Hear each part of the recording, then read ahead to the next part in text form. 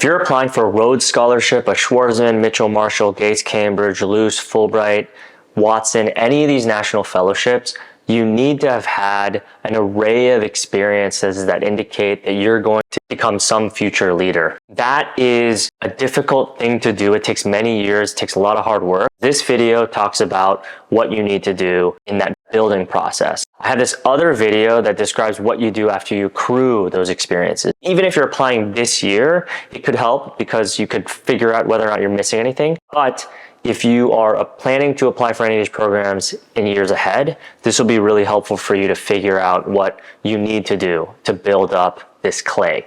So what I'm going to do is I'm going to use my younger brother's Schwarzman resume to give you an example of what you need. Now, of course, you're not necessarily going to replicate his exact experiences, but this is a way for me to model what you can do. Go to nationalfellowship.com. You'll be able to go find his resume. It's available in the About section, and it's available on Gumroad that you'll see in like the first page. Let's ignore the honors and awards at first. The honors and awards are there to show the viewer, the judge, the reader, that this person has accomplished something. We'll dive into that last because the experiences are what led to these awards. And the experience is what you have control over. The awards, you don't necessarily. So let's start with the experience, and then let's talk about how you can accrue recognition and awards like as you move forward in your college career and beyond. The first thing that's shown is he was a White House intern. What does that say? That is just a known indicator that you're a student leader. But what's important there is that it is presented from a third-party lens. So of course, you can be a really effective, great student at whatever college or university you attend, but if you have a third-party institution that's well-known, validate that. That also is very good. So in this case, everyone knows what the White House is. He was an intern there.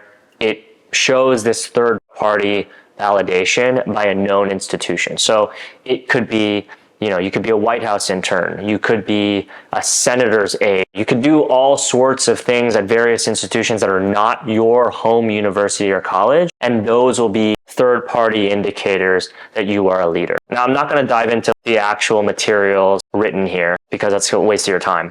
The next thing that he did was he was the founder of an organization called Fair Path. There's a link there. It doesn't work now, but if you looked and you went through that, you could understand that he's doing something entrepreneurial. He created something from nothing, and he was able to accomplish A, B, C, D. What does that say? Many people who apply and win these national fellowships are entrepreneurial in some way. Some people are not entrepreneurial, and that's okay. He was, and many people are. This is a great way of showing that. That is what I call non-traditional leadership. It's non-traditional because if I tell you what this is, you don't necessarily know what it is. But once you read the description, you figure out what it is, you look it up online, you'll get a sense. That's one thing that he has. Another thing he has is he helped start our web design business. And when he was doing that, that also shows an indicator of entrepreneurial effort. So he has something in the food security side that has some sort of social impact. And then he has something on the web design side, which is like, now you see him as like kind of this merged as far as like his skill set is concerned, something to do with technology, something to do with food security. You see his passion, you see some skill set there, and you see some integration of that in his work. Both of those non-traditional leadership. He put together a guide, a resource guide for first-generation college students that was used at a nationwide college access organization. That helped many thousands of students. That also is a bit more entrepreneurial, of course. The other thing to add there is that he does not have, in his overall resume, in his overall application, he doesn't have known publications. Many of you, or some of you, might have the ability or the chance or the opportunity to publish something in your school newspaper, in national newspapers. He didn't do those, but he self-published something that would help some students, and he made that, put it together, and that helps kind of, again, there's like a digital web element of this, but it's also, again, non-traditional leadership. He really had a lot of work and investment in non-traditional leadership.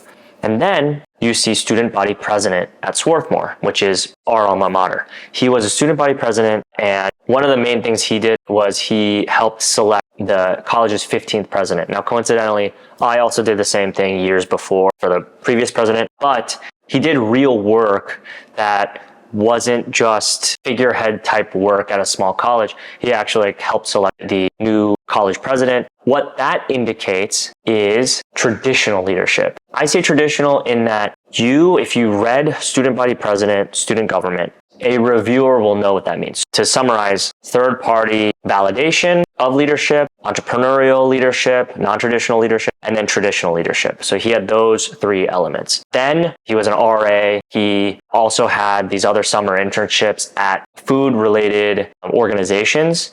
And that's kind of the summary of like what he did. So those experiences kind of had to do with what his passion was, which is like working on food insecurity. The other element of his resume that you'll see if you look towards the right-hand side is you'll see that he has a wide array of experiences in various locales. This is not like one of these things where like it's a must, but if you are able to have experiences in various locations throughout the world, throughout the country, you'll look like somebody who's just been around and understands various parts of the country. And that could be a really good, interesting piece of who you are as an individual, as an applicant.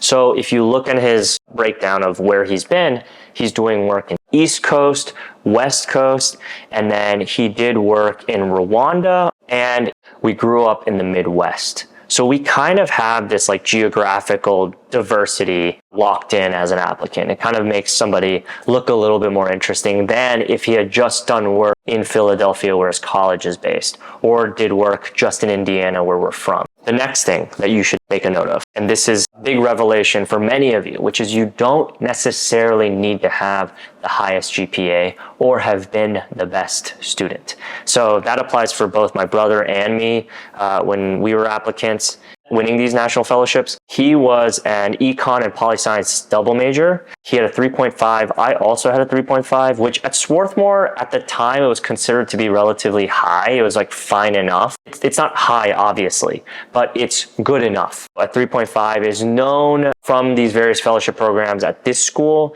to be good enough. I think that probably our diversity and wide array of leadership experiences, along with the fact that we probably had, on my end, I haven't read his recommendations yet because we don't have access to that, but I definitely had professors who were recommenders who said that I was one of the best students that they've had. So that kind of material would offset a potentially lower GPA. The next thing that my brother had that isn't necessarily a requirement as far as you're concerned, and I would probably just call this unique experience, is he had a lot of athletic experiences. Now, I also ran track and was a captain of the track team when I was at Swarthmore, but I always finished in the middle of the pack. I was a sprinter. I'd finish right in the middle. If there are 8 lanes, I was like 3, 4, 5. Never first, not necessarily ever last, but always in the middle. Whereas my younger brother was slightly faster than I am. He also ran a different race. He ran hurdles, and he actually was the conference champion. He was first team all conference by the time he was a senior. He won a lot. He set school records. I had also set school records before him. He ended up breaking them, whatever. Okay, fine. But he broke school records. And by school records, we mean all-time college records. So yes, it was a Division III school, but still you're kind of compared against your peer group. And at that time, and this is our peer group, he's breaking records and you're seeing what his stats are. You almost at this point, you view him as an athlete. He's an athlete who happens to have done all of this other work. The other thing that he did was he went to club nationals for fencing, his first year of fencing ever. That's because he has quick reaction time. But that's kind of like weird and unique. And again, how this relates to you is you may not do athletics, but there might be some activity that you do that's a little bit unique and weird and different. Weird and different might not be helpful as far as like job applications are concerned, right? They could help, they might not help. But as for fellowship applications, they normally will help.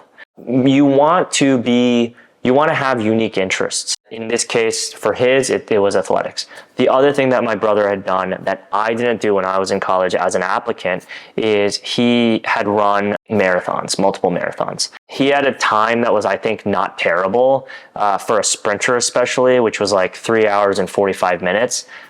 He's young. It probably should have been faster. So he's a marathon running, sprinting, conference champion athlete who had done all these other things. So again, you want to view that as like unique. What are you doing that's unique? So let's talk about the honors and awards. When this resume is being built up, you're seeing the final version of it after his last year.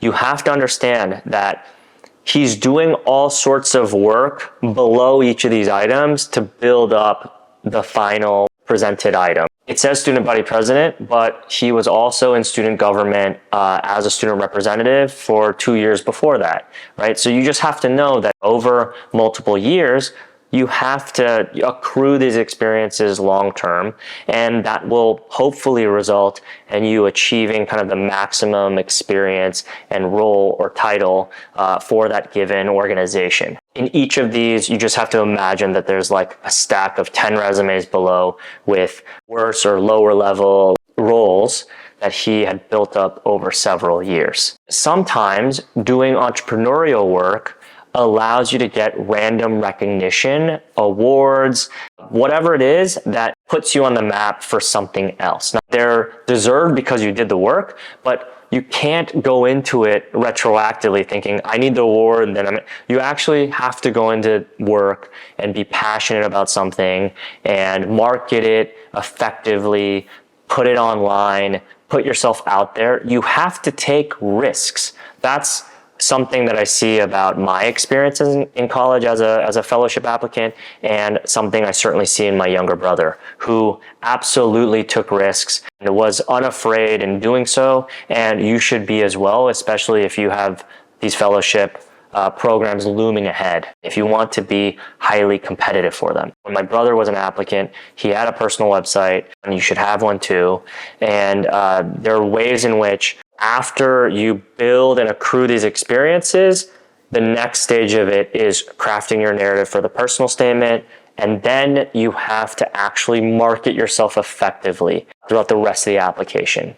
After that period, you have to learn how to interview well, which I put in that other video. So that is what you need to do to build up and accrue a wide variety of experiences that will help you become a competitive applicant for the Rhodes Scholarship, Schwarzman, Mitchell, Marshall, Gates, Cambridge, Fulbright, Watson, all of these national fellowships. They're looking for people who indicate that they may make a large societal impact years into their future professional careers, and this is the way to do it. Go to nationalfellowship.com and you'll be able to find much more information.